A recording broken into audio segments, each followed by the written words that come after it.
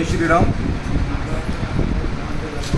తెలంగాణ రాష్ట్రానికి సంబంధించినటువంటి దేవాదాయ శాఖ మంత్రి శ్రీమతి కొండా సురేఖ గారు ఒక బహిరంగ సభలో మాట్లాడుతూ జై శ్రీరామ్ అంటే పైసలు పైనుంచి రాలతాయా అని మాట్లాడారు. ఒక దేవాదాయ శాఖ మంత్రిగా ఉన్నటువంటి ఒక వ్యక్తి రాముని గురించి, హిందువుల విశ్వాసాల గురించి ఇంత అవహేళనగా మాట్లాడడం అన్నది ఎట్టి పరిస్థితుల్లోనూ హిందూ సమాజము సహించదు అని విశ్వ హిందూ పరిషత్ తెలియజేస్తున్నారు. అదే సందర్భంలో ఇది కాంగ్రెస్ పార్టీకి కొత్త కాదని కూడా హిందూ సమాజానికి విశ్వ హిందూ పరిషత్ గుర్తు చేస్తున్నది. ఆవు చేలో వేస్తే దూడ గట్టు మేమేదు. మన ముఖ్యమంత్రి రేవంత్ రెడ్డి గారు కాంగ్రెస్ పార్టీ అంటేనే ముస్లింలు అంటేనే కాంగ్రెస్ పార్టీ అని చెప్పి ప్రకటించారు. ఈ దేశానికి తొలి ప్రధానిని అందించినటువంటి కాంగ్రెస్ పార్టీ తొలి ప్రధాని అయిన జవహర్లాల్ నెహ్రూ గారు నేను ప్రమాదవశాత్తు హిందువుగా పుట్టాను అన్నారు.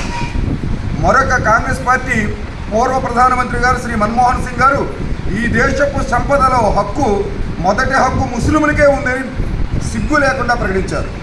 అదే సందర్భంలో కాంగ్రెస్ పార్టీకి సంబంధించిన అధ్యక్షురాలు శ్రీమతి సోనియా గాంధీ గారు హిందూ ఉగ్రవాదం అంటూ ప్రచారం చేశారు. అలాగే కాంగ్రెస్ పార్టీ మరొక నేత రాహుల్ గాంధీ గారు హిందువులు హింసావాదులు అని ప్రచారం చేశారు.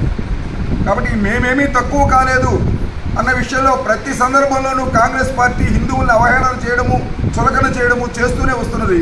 ఇది హిందూ సమాజం గుర్తుంచుకోవాలి. వారి మూలాలు హిందూ వ్యతిరేక మూలాలు, ఈ విషయాన్ని మర్చిపోకూడదు. అదే సందర్భంలో గత టీఆర్ఎస్ పార్టీకి సంబంధించినటువంటి ముఖ్యమంత్రి గారు శ్రీ కేసీఆర్ గారు కూడా హిందూగాళ్ళు బొందుగాళ్ళు అని ప్రకటించారు. అదే సందర్భంలో మరొక యువనేత వారి బిడ్డ కేటీఆర్ గారు కూడా జై శ్రీరామ్ అంటే అన్నం దొరుకుతుందా అని అడిగారు. ఇవాళ అదే బాడీలో దేవాదాయ శాఖ మంత్రి గారు శ్రీ కొండా సురేఖ గారు జై శ్రీరామ్ అంటే పైసలు రాలుతాయా అన్నారు. ఎస్, రాలుతాయి. సగర్వంగా విశ్వ హిందూ పరిషత్ ప్రకటిస్తున్నది. భద్రాద్రిలో 2025-26 సంవత్సరంలో జై శ్రీరామ్ అనే భక్తులు 83,72,00,000 రూపాయల పైసలు రాల్చారు. భద్రాద్రిలోనే కాదు, యావత్ తెలంగాణ ప్రాంతంలో ఉన్నటువంటి రామాలయాలకు సంబంధించినటువంటి మందిరాలు ఏవైతే ఎండోమెంట్ శాఖ పరిధిలో ఉన్నాయో 100 కోట్ల రూపాయలు జై శ్రీరామ్ నిలదీస్తూ రామభక్తులు, హిందువులు పైసలు ప్రభుత్వానికి రాల్చారు. అదే సందర్భంలో 2024-25లో 353 కోట్ల రూపాయలు సుమారుగా హిందువులు CGF రూపంలో ప్రభుత్వానికి జై శ్రీరామ్ అంటూ కప్పం కడుతూ పైసలు ప్రభుత్వానికి రాల్చారు. 2025-26 సంవత్సరంలో సుమారు 577 కోట్ల రూపాయలు CGF పట్టం జై శ్రీరామ్ అంటూ పైసలు ప్రభుత్వానికి CGF రూపంలో హిందువులు, రామభక్తులు రాల్చారు. ఇక్కడ ఒక విషయం స్పష్టంగా చెబుతున్నాం. మేము ఆనాడు మొగలాయల కప్పం కట్టాము, ఆ తర్వాత క్రైస్తవులైన బ్రిటిష్ వారికి కప్పం కట్టాము. ఇవాళ ప్రభుత్వానికి CGF రూపంలో హిందువులు కప్పం కడుతున్నారు.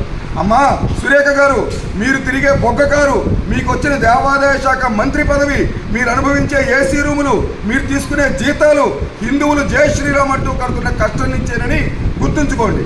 ఎందుకు చెబుతున్నామంటే దేవాదాయ శాఖ అధికారులకు కూడా హిందువులు పెడుతున్న భిక్ష మీ జీతాలు. ప్రభుత్వం తన క్యాబినెట్లో ₹1 కూడా బడ్జెట్ కేటాయించిన శాఖ కేవలం దేవాదాయ శాఖ. హిందువులు తమ ప్రభుత్వంలో ఉన్నటువంటి ఆ శాఖని హిందువులే నడుపుతున్నారు. హిందువులే దానికి సంబంధించినటువంటి ఆదాయాన్ని పైసలు ఇస్తున్నారు. కాబట్టి జై శ్రీరామ్ అంటే మీ ప్రభుత్వానికి పైసలు రాలుతున్నాయి. ఈ విషయాలు గుర్తుంచుకుని నోటిని అదుపులో ఉంచుకుని దేవాదాయ శాఖ మంత్రిగా రాముడిని, హిందువుల్ని అవమానం చేసిన మీరు ఒక్క క్షణం కూడా పదవిలో ఉండడానికి అర్హులు కాదు. వెంటనే రాజీనామా చేయాలి. గౌరవ ముఖ్యమంత్రి గారు కూడా వెంటనే కొండా సురేఖ గారిని దేవాదాయ శాఖ మంత్రి పదవి నుంచి తప్పించండి. ఆ విధంగా జరగకపోతే విశ్వ హిందూ పరిషత్ రాష్ట్ర వ్యాప్త ఆందోళన చేస్తుందని ఈ సందర్భంగా హెచ్చరిస్తున్నాం. జై శ్రీరామ్.